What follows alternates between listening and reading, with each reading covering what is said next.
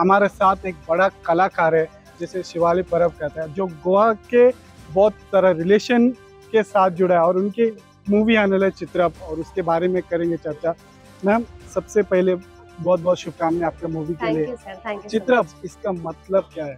चित्रप म्हणजे गाय, बैल, शेळ्या यांचं कळप, मतलब जे प्राणी असतात ना त्यांचं एक कळप जे असतात, ग्रुप असतात, त्या सगळ्या कळपांना मिळून आपण जित्राप म्हणतो आणि त्यांच्यावर आधारित हा सिनेमा आहे जित्राप। और दूसरी सबसे बड़ी सवाल है, जैसे आप गोवा की एक रिलेशन रखते हैं, गोवा के बारे में आपको? गोवा माझं घर आहे, मी इंचोलीची आहे आणि मी इकडचीच आहे, कोकणातली। आता मी गोव्यात नाही राहत, आम्ही वेंगुर्ल्यामध्ये राहतो। सो माझं घरच आहे असं म्हणायला हरकत नाही, त्याच्यामुळे माझं दरवर्षी येणं जाणं असतं। ये मूवी कितना डिफिकल्ट लगा आपको ये करने में? क्या क्या मुश्किलें आई आपके लिए?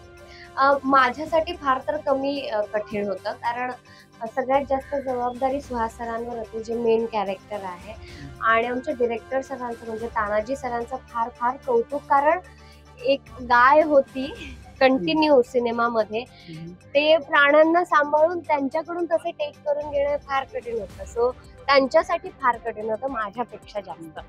लेकिन देखते हैं कि पैट यानी कि एनिमल के साथ उनके साथ एक्ट करना और उसके बाद कॉन्सेप्ट के बारे में जानना, ये सबसे बड़ी कठिन है जिसमें आपने बढ़िया से निभाई। लेकिन हम देखते हैं कि एक उससे पहले एक स्टडी होता है, क्योंकि एक एनिमल के साथ में आप काम कर रहे हो, क्या स्टडी म्हणजे ॲज सेन्स मी माझ्या कॅरेक्टरसाठी फारसं असं हे नाही केलं, पण मला माहित होतं की हा सिनेमा कुठे कॉन्सन्ट्रेट केला पाहिजे, आणि तो होता जित्राप या गोष्टीवर, म्हणजे प्राण्यांवर आणि सुहास सरांवर। ती गोष्ट हायलाइट झाली पाहिजे, आपण त्याला ओव्हरकम पण नाही केलं पाहिजे असं पण विचार केला। आणि स्टडी म्हणजे मलाही फार माहिती नव्हतं या गोष्टीबद्दल, पण मी आमचे डिरेक्टर सर आहेत तानाजी सर, सो हे फारसं जिथे विदर्भात होतं, जिथे फारशी हिरवळ नसते, जिकडे खूप काय म्हणत आपण पाण्याचा त्रास असतो, प्राण्यांना खायला नसतं, त्या प्लेसेसवर जास्त ह्या गोष्टी घडल्या जातात।